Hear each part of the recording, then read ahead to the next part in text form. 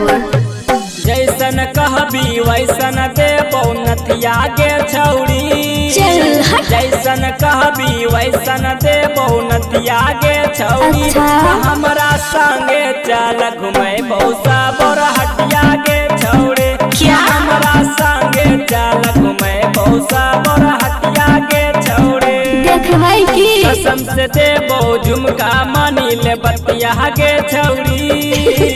कसम से देबो झुमका मानी ले बतिया के छौड़ी। त हमरा संगे चल घुमेबो भागलपुर हटिया के छौड़ी। अच्छा। हमरा संगे चल घुमेबो भागलपुर हटिया के छौड़ी। सैंडल देखै छै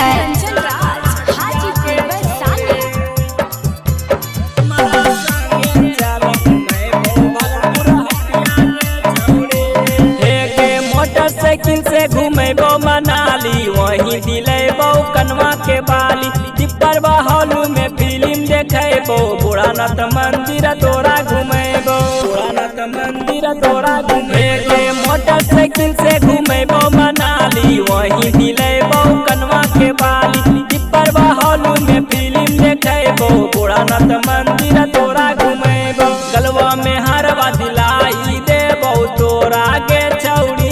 अच्छा।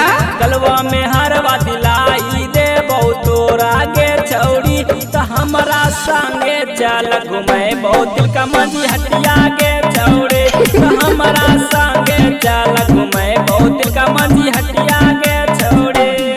चल हट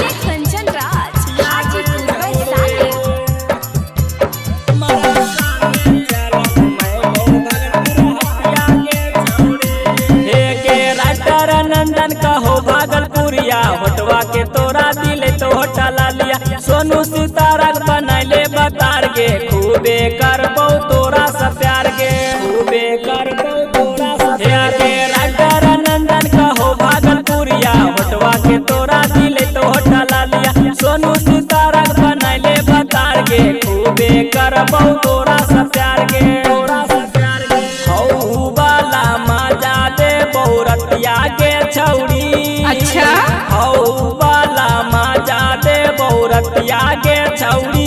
त हमरा संगे चल घुमेबो 0 माइल हटिया के छौड़ी। त हमरा संगे चल घुमेबो 0 माइल हटिया के छौड़ी। अच्छा ठीक छौ रे।